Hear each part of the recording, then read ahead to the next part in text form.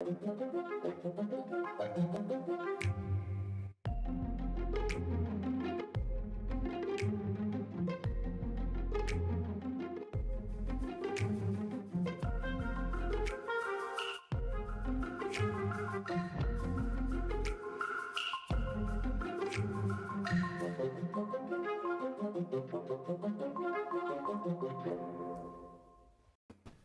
there, I'm Brian Taylor. Very warm welcome to my latest Herald podcast. Now, on the show today, we'll be looking at the cost of living, the economy generally, those controversial COVID passports, and some fallout from the Labour conference and Keir Starmer's speech today. I'm delighted to welcome three prominent MSPs to discuss all that and probably quite a lot more. Rona Mackay from the SNP, Jamie Green from the Conservatives, and Monica Lennon from the Labour Party. First, let's bring in the Herald's own David Ball. David, on the economy, three big issues, loads happening obviously, but three big issues to the fore perhaps: furlough, universal credit and energy prices. Just bring us up to speed if you would. Yeah, that's right. I mean, FMQs today, Anna Sawar claimed that Scotland was facing a cost of living crisis. We've got energy prices, which the cap is going up by about £139 later this week. The statistics showing that more than 600,000 people in Scotland are already living in fuel crisis and fuel poverty. And obviously we've got universal credit coming to the uplift coming to an end, despite warnings that could put thousands of Scottish families into poverty. And as you rightly said, the furlough scheme coming to an end. Although we knew about it, there are a lot of vacancies. Kate Forbes yesterday said that vacancies are about 33% higher than they were pre-pandemic. But there is worries about a sort of a skill shortage and getting the right people to the right jobs. Yes. And we're kind of seeing the sort of first real impacts of Brexit and that immigration policy, which is having on sort of Scotland's workforce. It's not exactly, Jamie Green, it's not exactly an ideal picture of the economy, to say the least. It's challenging. And, you know, some of that is driven by economic change. Some of that is driven by this hideous plague that we've all been confronting. But the removal of the universal credit uplift is a decision taken by UK Conservative government. Yeah, absolutely, Brian. And I think it's right to point out that we are in the context of very strange and difficult times. We're not the only country, not just Scotland, all four nations of the UK, but every Western country, every European country will be struggling with the same issues at the moment in terms of their economy. And actually, I think we've managed to fare reasonably well, considering that we had to shut down everything. We had to shut down the entire economy for nearly 18 months, and I'm pleased that that's now reopening. But, you know, there is always the risk to think it's complete doom and gloom, and also forgetting those success stories that we've had as well. The fact that people are going back into work, that unemployment rates are historically low, that vacancy rates are historically high. And I think every government, you know, regardless of its political colour and flag, is doing its level best to try and get the economy back up and running and get people into well-paid work, because really that's what all governments want. But do you accept, Jamie, I'll bring in the others in a moment, but do you accept, Jamie, that the removal, and I admit it was meant to be a temporary uplift in 20 quid, but the virus is not over, the plague is not over, the economic impact is not over. Do you accept that that's going to cause hardship for some families in Scotland, perhaps many thousands of families in Scotland? I think that the clue there is in your question. It was always very clear that it was a temporary uplift. It was actually due to expire more than 6 months ago, and the Scottish Conservatives campaigned heavily and lobbied the UK government to try and extend that, as did other parties, to be fair to other members. So, you know, we were all on the same page on that. We felt that it was still too soon in the pandemic. But as I said, there are very few industries which are now prohibited from operating due to restrictions. You know, people are going back to work. And I genuinely think that the focus on the £20 uplift does divert from a much wider problem in society and indeed in Scotland, and that's that we must get people back into work. Monica Lennon, then Rona Mackay. Monica first, what do you make of the picture of the economy that Scotland is confronting at the moment? The furlough was always going to be temporary, the uplift was meant to be temporary. Surely it's reasonable to remove those. Well, I think Anna Sarwar today at First Minister's Questions was absolutely right to go on the cost of living crisis. It feels like we're facing a winter of discontent, and what we're reflecting in the Scottish Parliament is what people are telling us.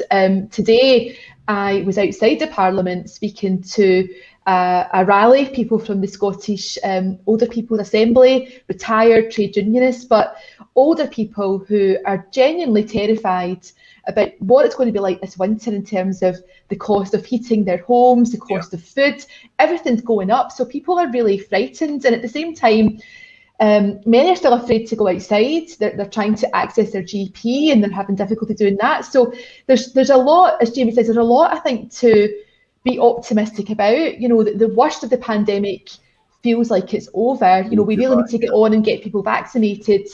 But in terms of the economic shock, I think that's just starting to hit people. And, you know, from where I sit, well, when I'm back home in Lanarkshire, we've got Marks and Spencer pulling out of Hamilton. We've got Virgin Money last night announcing several brand closures. Dawn Fresh in Uddingston, who employ 300 people in Lanarkshire, shutting down, and people can try and relocate to Arbroath. People in Lanarkshire, no offence to Arbroath, but people are not looking to relocate. They want to have jobs and be able to afford to live in their own community, support their families.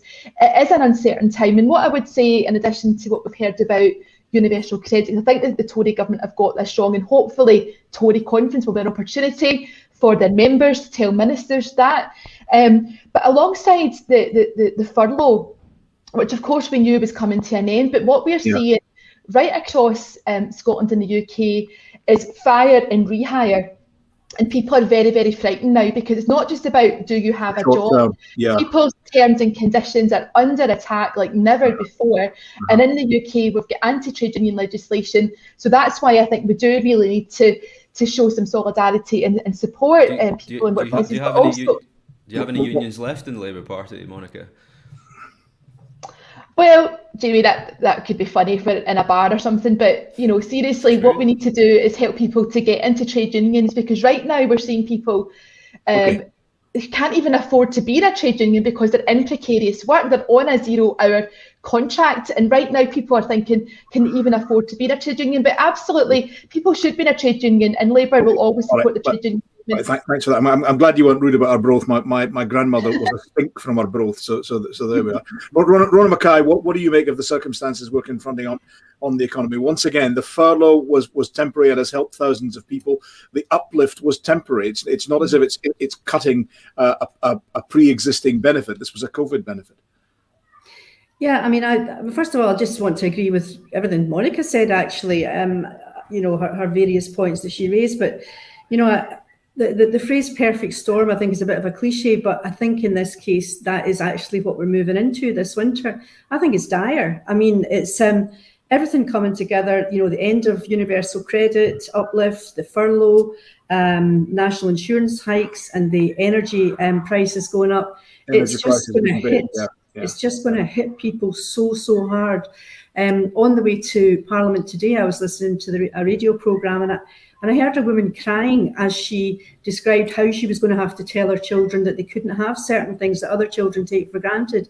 In other words, they were going to have to make do with even less now than they did, you know, a few months ago. I think it's incredibly callous of the UK government to be snatching this universal credit away at this time. We're still in the middle of a pandemic, and with all the other things that are going on, it's just incomprehensible. We had a debate in Parliament on Tuesday, I think it was, on this subject, and I have never heard so many passionate, excellent speeches from across the chamber. But isn't Jamie, I'll bring in Jamie Green himself in a minute, but Rona Mackay, isn't Jamie Green right when he says the focus has got to be upon getting people into employment rather than perhaps sustaining them on admittedly temporarily enhanced benefits? Well, of course, we always want to get people into employment. I mean, there's no arguing with that, but you have to look at the short term, well, the immediate rather pain that this is going to cause, because you can't just walk into a job, you know, within a couple of months. There's a lot of applications, etc.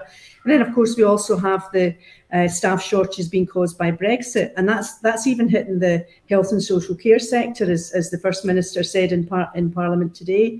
And you know, and it's just spreading throughout. And I think this is the tip of the iceberg, to be quite honest. Hate to be so depressing, but I think that everything coming together at this time is terrible. And the galling thing is the UK government were warned about the impact of Brexit which is now coming together. Jamie Green, defend your party and your government. Loads of luck, by the way. Brian, I always appreciate your kind words and enthusiasm. I mean, first of all, I'm not a member of the UK government. I sit in the opposition party. No, but it is a good, important point, because my job is to hold the Scottish government to account, and that's why I find the SNP position on this rather intriguing. I know that I understand the politics of all this. Yeah, I know how this stuff plays out in the media, but if we need to dig below the surface of this, what are we actually talking about here? This is a policy which costs £6 billion per year. This is a numbers game, and it's simple as I would say to the SNP government in Scotland, who have devolved powers over social security. If they are so incensed about this, if they're so unhappy about this, what are they going to do about it? The problem they've got is, and this is a direct question to Rona, is you know how much this policy costs. Where's the money going to come from your budget to pay for it? So they have the power, social security powers, to introduce new benefits or top up existing ones. They could do that if they wanted to. It's a political choice not to, because I suspect they know how much this costs. Jamie, thanks. Rona Mackay, this is something that was raised with the First Minister at her question time session. Yeah. Well, Jamie knows perfectly well we are on a fixed budget from Westminster and we have no borrowing powers. So as much as we would like to mitigate all these disastrous policies that the UK government are implementing, it's simply impossible for us. So where does the money come from, though, Rona? This is the key point. Where does the money come from? Kate Forbes herself, Scottish Finance Secretary, said that all governments must work within their means and their limits. So she wants to work within her government's limits, but she doesn't want the UK government to work within its limits. Where is all this money coming from? Rona Mackay, then Monica. Rona, then Monica. Well, I mean, I think the UK government have far more levers to pull than we do. There's no doubt about that. I mean, I could mention a million things, Trident being one of them, and lots of other things that money has been spent on that we don't want to spend up here in Scotland. Like ferries that don't sail, for example. Insult to injury today, we hear that Richie Sunak's he's giving £500 million in a household support grant, almost as if to try and offset the end of universal credit. So that's £500 million against $6 billion that they're removing for universal credit. That doesn't add up, and I just think it's just a cynical move, quite honestly. Joseph Rowntree Foundation have said that very thing. It will not fix the fundamental inadequacy of our social security system. But you're doing nothing about it. You're doing nothing about it. Monica Lennon, your leader Anas Sarwar raised this issue of bringing in some top-up benefits in Scotland, and got the answer that Rona Mackay has just given, which is it's within a fixed budget. It is impossible to mitigate every change that comes from a UK level. And he challenged Anas Sarwar, and now challenge you. Where are you going to find the cash if you want to spend and create additional benefits in Scotland? Well, I think we have to be ambitious. Today we've talked a lot about the problems in society and the challenges people face, but they elect us, regardless of our party colour, to roll up our sleeves, to turn up in Parliament and to fix this. There's a lot of money actually kicking around the system right now in Scotland. So if we stick to the point about work and making work pay, 12 months ago, the Scottish Government announced a Green Jobs Fund of £100 million, and that hasn't reached any sector yet. It's not created any jobs yet. So there is an appetite in the business community to be innovative and to create the green jobs of the future that we need. So there's things that we can do to accelerate that. You would take away that £100 million from the Green Jobs Fund and spend it on benefits? Oh no, that £100 million has been announced, but it hasn't reached anyone yet. Where are you finding? You're saying that the UK government is falling short on benefits. The Scottish government should make up the gap. Where are you going to find that cash? So we have the levers in Scotland, and I don't think I'll be part of the budget talks with Kate Forbes, but if she's listening, Kate, I'm happy to come and have a chat. But we absolutely have to get around the table and work together to tackle child poverty, because we have set statutory targets in this Parliament. We have a duty to work together, not to argue and make cheap points at each other. We have to work this out. That's why Scottish Labour is saying we have to work together to increase the Scottish Child Payment to £20 a week, and then work beyond that to quadruple that. Because if we don't, it will cost us longer. Cost us more in the longer term. And we all know the arguments on here, but look at what's happening around drug and alcohol deaths. Look what's happening around mental health and suicide and trauma. We've got the worst drug death rate in the world. If we continue to let child poverty, get out of control. That's going to be more young people that don't see their 21st birthday, don't live to be 35 or 40. Is that the kind of country we want to live in? So rather than me and Rona and Jamie having a pop at each other, I think actually we can work together. And, you know, sometimes in the UK we'll have to say, well, we don't agree with what Boris and the Tories are doing, but in the Scottish Parliament we can work together. I think that's what people want to hear from us. Thanks. I'm going to bring in David Ball. David, this is an issue about pounds and pence, but it's also, as was demonstrated at First Minister's Questions and is demonstrated regularly, it's also an issue about power, where power lies, isn't it? Does the power lie with Westminster? Does the power lie in the devolved authority at Scotland? Well, that's right. I mean, Rona mentioned the Joseph Rowntree Foundation raising concerns about universal credit, which they have, but they've also stressed that the Scottish Government isn't using the powers it has to their full extent to help lift people out of poverty. So I think, yeah, both governments have responsibility for this, and they both have different levers. Some may be more restricted than others, but as you said, both governments have an opportunity to prioritise things and to do more, essentially. Can I respond? Yeah, sorry, I was just going to say I just want to respond to Monica's invitation to work cross-party on these important issues, like our drug deaths crisis, like the NHS, and the child poverty issue in Scotland that has been generational since I was young. I grew up in a council estate in Greenock. I know exactly what she's talking about. I've lived through it, and I think there is an opportunity to park aside our political colours, get around the table, and work that out. But it can only work if all parties are willing to do that, and if we're going to use the Scottish Parliament solely as a mechanism for gripe and grievance about the UK government, it's never going to work. Rona Mackay, hang on a minute, Monica. Rona Mackay, I think he means you when he's talking about using the Scottish Parliament for gripe and grievance against the UK government. I think so. I mean, I'm all for working together, and I try not to be tribal, but there are facts that cannot be ignored. I mean, you have to look at the reality of this. Of course, we want to eradicate poverty. We want to, double payments. We want to do it. Of course, who wouldn't?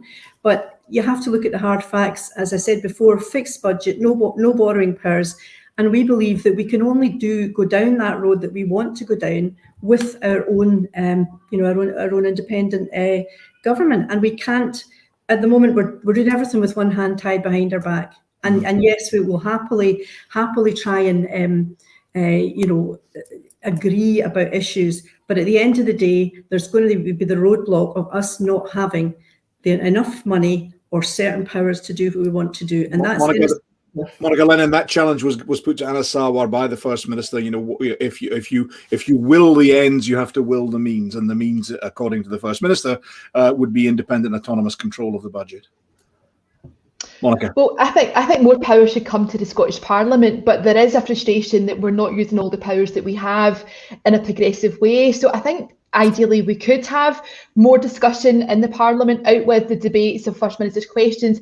I have a concern that the SNP Green Cooperation Agreement will exclude the rest of us. I hope it won't, but I think the budget will be a real test. There is a worry that Kate Forbes will feel, I've got the Greens on board, I've got the numbers, I don't need to talk to the other parties. I think that would be a real shame. That would be a missed opportunity. And hopefully that spirit of cooperation will extend to everyone in the Parliament. Okay. Jamie Green, fight. Please go on. Yeah. Sorry, Brian. No, carry on, please. I can't speak for Kate, but I'm quite certain that all parties will be included as usual in the budget talks. I think that's a given, actually. So, but yeah, less squabbling, more agreement, but there are certain realities that have to be faced. Okay, less squabbling, more agreement. I'm going to call that one to a halt if you don't mind, and we'll move on to another topic. I'm going to ask David to remind us of the basics. That's the business of coronavirus passports registration. We had a court verdict this morning, didn't we, David? And of course, it was a big rammy once again at First Minister's Questions. David, bring us up to speed if you would. Yeah, that's right. I mean, these vaccine passports have been rumbling around for a couple of weeks now, but essentially from tomorrow morning, those wishing to attend sort of the high-risk settings, sort of nightclubs or whatever a nightclub actually is, large outdoor and indoor gatherings must sort of prove their vaccination status. Opposition parties and businesses basically don't like it. And there was a court case brought by the Nighttime Industries Association to try and halt this sort of plan, but it was thrown out this morning. Basically, businesses will now have until October the 18th to sort of start enforcing it, which Nicola Sturgeon said was a grace period. Yeah.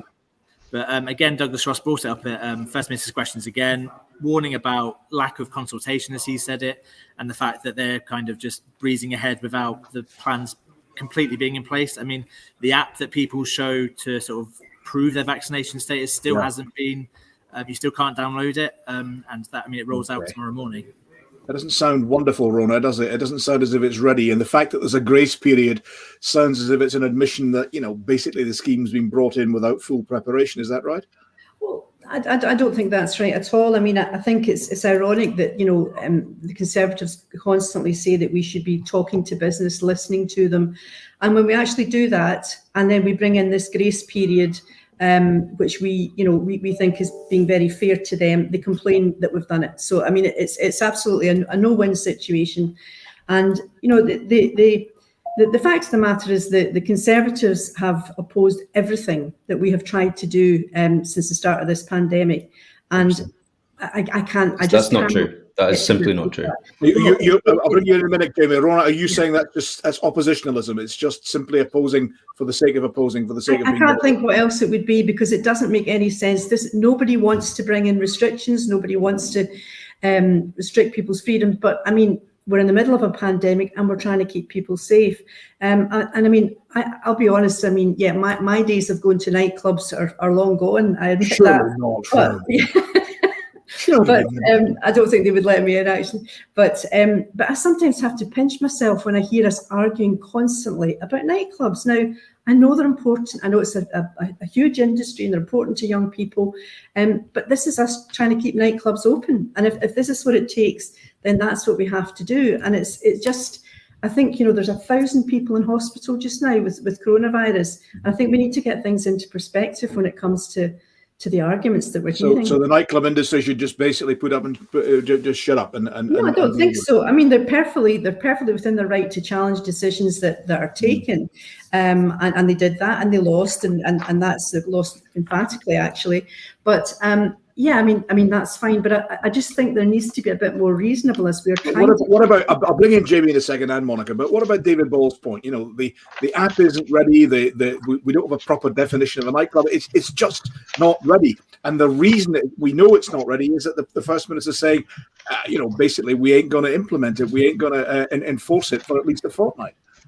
Well, I don't think that's why we're doing that, actually. I think we're just giving a period of grace so that owners can actually get used to that way of working. And yeah, I mean, there's no perfect way we're going to deal with this. Okay. But I think if people just understand we're doing it because we're trying to keep young people safe, and we are desperately needed to get more of an uptake of young people having vaccinations. Jamie Green, are those reasonable objectives, rather, and are you guys just objecting for the sake of it?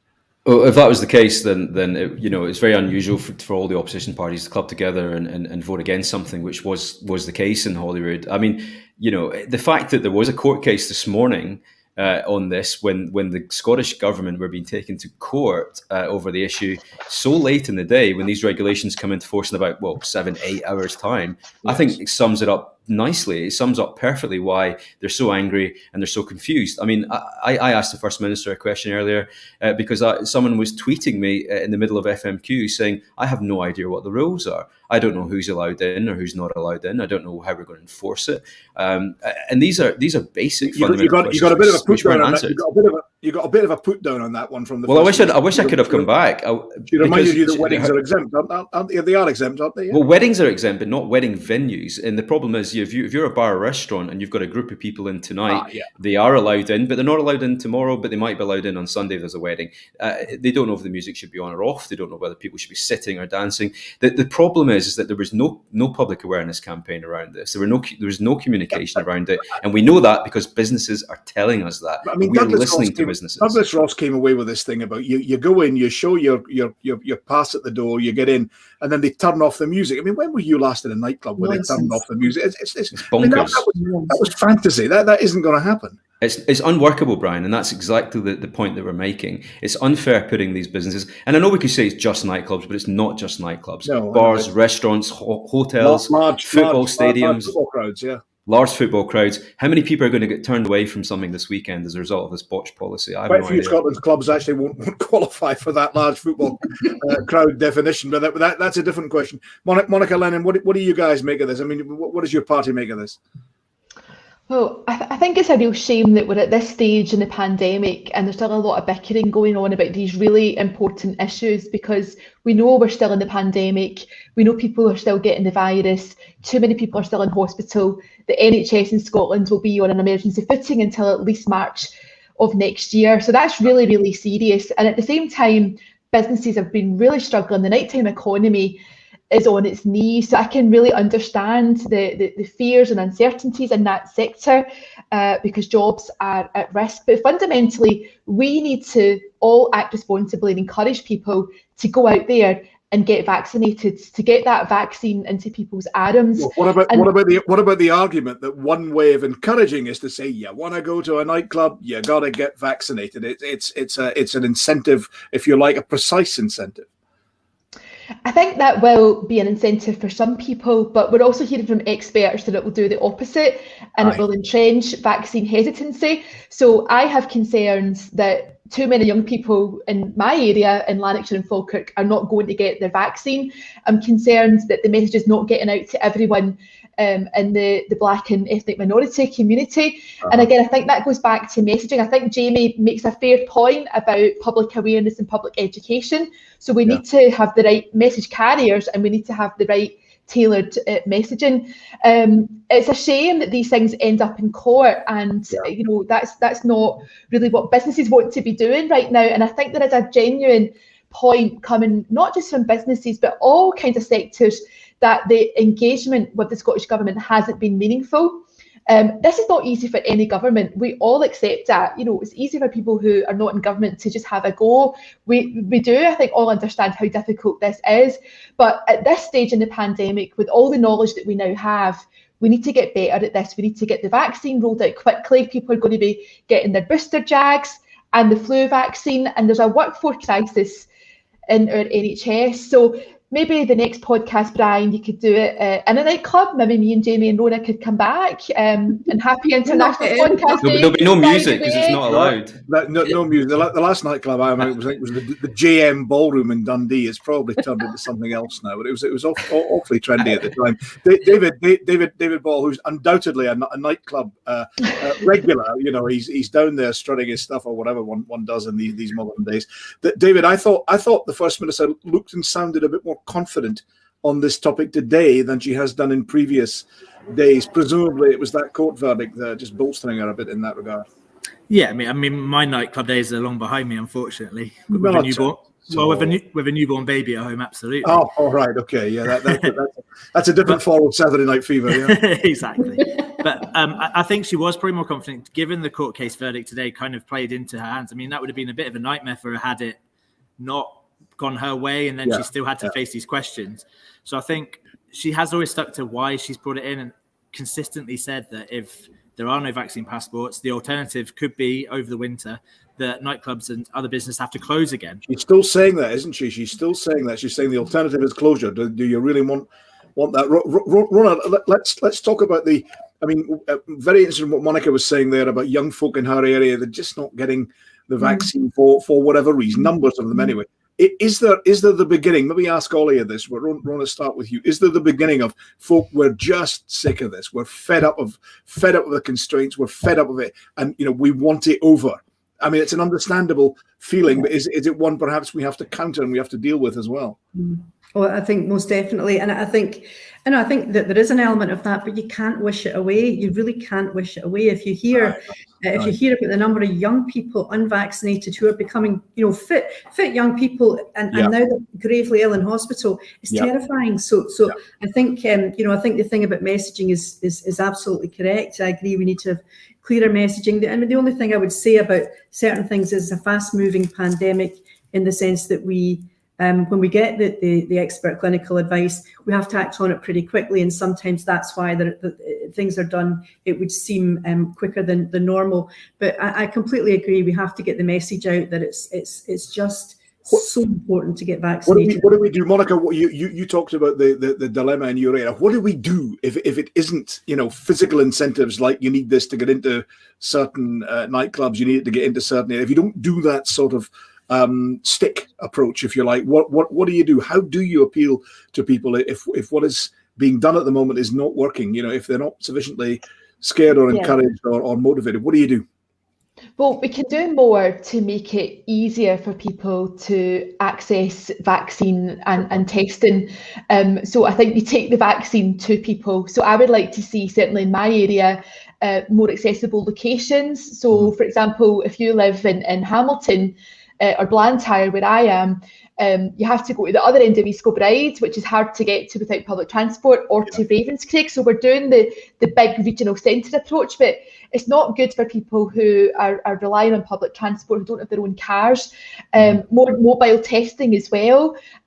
Also, I think, young people have had a really hard time. My daughter like vans going around the estate or something like that. Make it really, really easy for people. My daughter is 15, and she recently went to Transmit, which was great for her, and she really enjoyed that. But then they're back in school, and young people are getting a hard time if they're having to wear a mask, not wear a mask. So there's been a lot of discourse around what happens in schools. And actually, if we can get back to basics, it sounds like a really minor trivial point, but a lot of people don't have access to clean face coverings, and schools are doing their best to hand them out. But we know that child poverty is an issue. We talked about it earlier on, but there's issues around face coverings. And actually, too many people have told me that they've come under real pressure from their boss when they get their appointment for their vaccine. Interesting. Can you rearrange that because we're really busy? I've heard that from hairdressers. I've heard that from people who work in shops. Yeah. So there's also that issue about sick pay and making sure people have the right support to do the right thing if they do have symptoms and should be at home. For those older viewers and listeners out there, Transmit is a concert involving various popular beat combos. Jamie Green, Jamie, what could we do? What can we do to sort these things? Yeah, I mean, I think going back to your original question was, are people suffering from pandemic fatigue? I mean, clearly the answer is yes. It's been 19 months. We've put up with all sorts of unusual restrictions that we've asked legislators to introduce laws that stop you leaving your house, that stop you going to work, that stop you inviting friends and family into your living rooms. And these were horrible things. Every country in the world has had to go through this. I think there is a general feeling that because we've now seen the other end of the tunnel, because of the huge success of the vaccination program, that people see that light and they're trying to get much closer to it. And the last thing we want is for that to narrow. I think the only thing I would take issue with is this idea that if you raise questions about the implementation of a policy like the vaccine passport, that somehow you're against taking measures to support the health service or to reduce the virus. We all have a shared collective to help reduce the virus. And just because we question things or we disagree with things, it doesn't mean that we want to do the opposite. So I think that's a really important point to make. Okay, thanks for that. I'm going to move to what I think, it'll have to be the final topic. Here's a quotation. The SNP and the Tories walk in lockstep. They both exploit the constitutional divide for their own ends. David, that was Keir Starmer, wasn't it, in his party conference speech? What else did he have to say on the general topics, but particularly on Scotland? Well, yeah, exactly. He's very much towing the same line that Anas Sarwar sort of put out during the Holyrood election campaign, which didn't really cut through to the voters up here. Labour didn't really, they went backwards in some ways. But he's basically trying to play off the SNP and the Tories both sort of wrangling over the constitution and trying to put forward Labour as the party that is pro-union, but one that is not getting involved in these squabbles. And he was talking about, wasn't he, the commission that Gordon Brown is chairing to look at ways of strengthening the union or reforming the union. He was talking about that sort of thing as well. Do you think his heart was in it? It didn't seem to me as if it was the big one for him. Maybe that's unfair because he's coming to it relatively new, and as he said, he's not a professional politician, let alone a professional Scottish politician. Well, no, he had a bit of a difficult week just keeping his party together as well at the conference. So he probably had more sort of pressing issues, but he is trying to put Labour out there as the party of the union, which, Jamie probably disagreeing and say that the Tories have really had that ground up here. And I think he is trying and reassert Labour in Scotland. because it's basically that, as Anna Sarwar said, it's the first red wall to fall. And if Labour want to make a run for power at Westminster, they need to get their act together up here. Monica, I was really struck by that Anas Sarwar's speech at the Brighton conference as well. He was saying, okay, you talk about the red walls. Hey, what about us? There's some seats north of Hadrian's Wall that ought to be. He was really reminding his colleagues and reminding Keir Starmer and the others that if there is to be a battle on behalf of the Labour Party, it should begin north of the border, wasn't it? Well, I think it's pretty obvious that Scottish Labour has been losing elections for quite some time now. But I think what the public want to hear from Scottish Labour or from any party is more about their interests. So that's why the discussion today about cost of living is so important. I wasn't at party conference. Conferences are important, but sometimes there's a danger that we end up talking to ourselves. What I would say is that, for me, Labour is the party of devolution. You know, we have to be the party of progress. The work that I've been doing since we came back after the election around net zero and climate change is really challenging, but also gives me a lot of optimism, because we have to change the way we run our society, run our economy. So the opportunity for system change is something that I think really speaks to voters and actually goes across the constitutional divide. Okay, Rona Mackay, are you and the Tories big buddies on this one? Are you perhaps like, I don't know, two boxers propping each other up in the ring, and while Labour's stuck outside looking on? What an image that conjures up. Yeah, I mean, I just think Keir Starmer's gone down completely the wrong pathway with this. I mean, either he's not listening to the people of Scotland, or he doesn't understand what's going on up here, but he should, because he's only got one MP down in Westminster. And I take no pleasure in the collapse of Labour. I'm a socialist. I was previously in the Labour Party many moons ago. And I hate to see what's happening, I really do. But at the same time, I think he really does have to open his eyes. Come on. People of Scotland have voted. You want Labour to revive? Away you going, baby. Well, only if they support independence. Maybe they do, Rona. Maybe that's you want them to join the SNP. Maybe they do, but he's gone down the wrong path. Spare us the crocodile tears. Yes, but Brian, the alternative to Boris Johnson and the Tories is Keir Starmer and Labour. And what I would say to Rona, but on the point of who runs the UK government, but the point I would say to Rona, because I think, Brian, you're right, I think probably Keir Starmer does feel a little bit uncomfortable talking about Scotland and our future in the Union. And I think that's partly because anytime any UK politician comes to Scotland, certain people and parties shout them down no matter what they say. So I would like us to have... used to that after the Brighton conference. I would like it. Well, he's used to the heckling, isn't he? He handles that quite well. But genuinely, if we want to try and solve some of the issues that would be a problem, even if Scotland was independent, we would still have to work with people in other countries and other parts of the UK. It's about having a more mature discussion. But absolutely, let's have that discussion. I'll bring you in a minute, Jamie. Rona, I interrupted you extremely rudely. Do carry on with your. No, really. I mean, I probably made my point, but it was just to say that the people in Scotland have voted for independent supporting parties now for more than a decade, and really, he really does need to look and see what's happening here and listen and read the room, get what's going on up here, and to go down this kind of pro-unionist, I'm the only one that can keep the UK together path, I think is entirely wrong. Jamie Green, are you content as a Conservative Party to be, representing the union, corralling the union votes, standing against the SNP and thereby excluding Labour, the Liberal Democrats and others? I'm going to controversially say I'm very happy with Labour's demise in Scotland, because it's kept me in a job for another 5 years.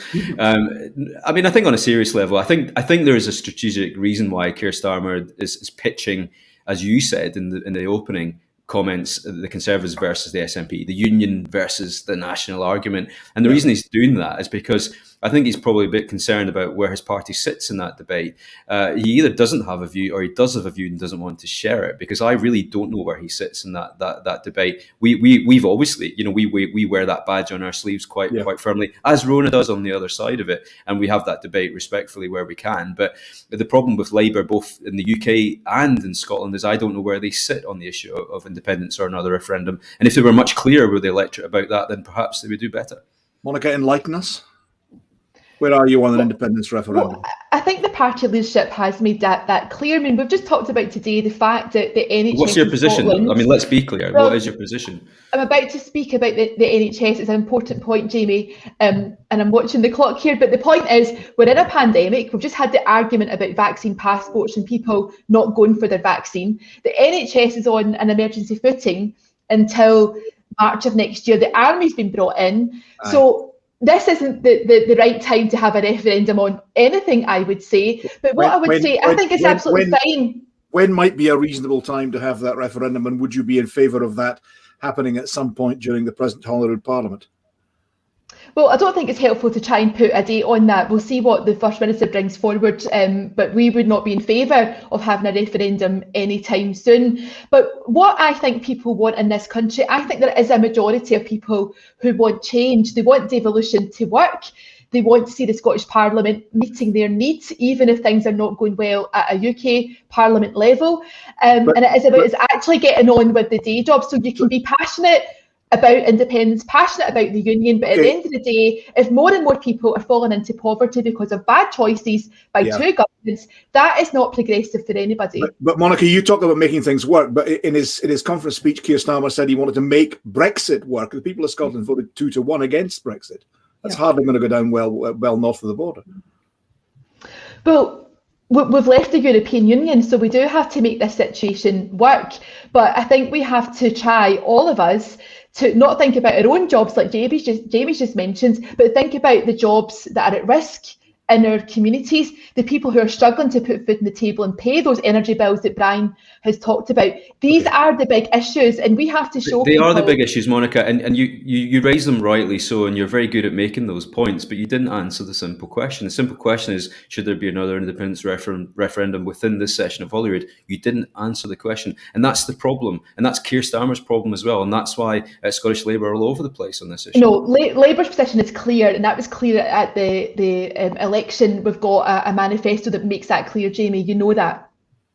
So that's Rona Mackay, you presumably would say they hold the referendum and go for independence. But what about the fact that Keir Starmer is talking about reforming the union? Isn't it possible that might, if he starts to look like a winner, let's face it, if he starts to look like a winner in UK terms, doesn't that help the party, the Labour Party in Scotland, the party to which you used to profess adherence?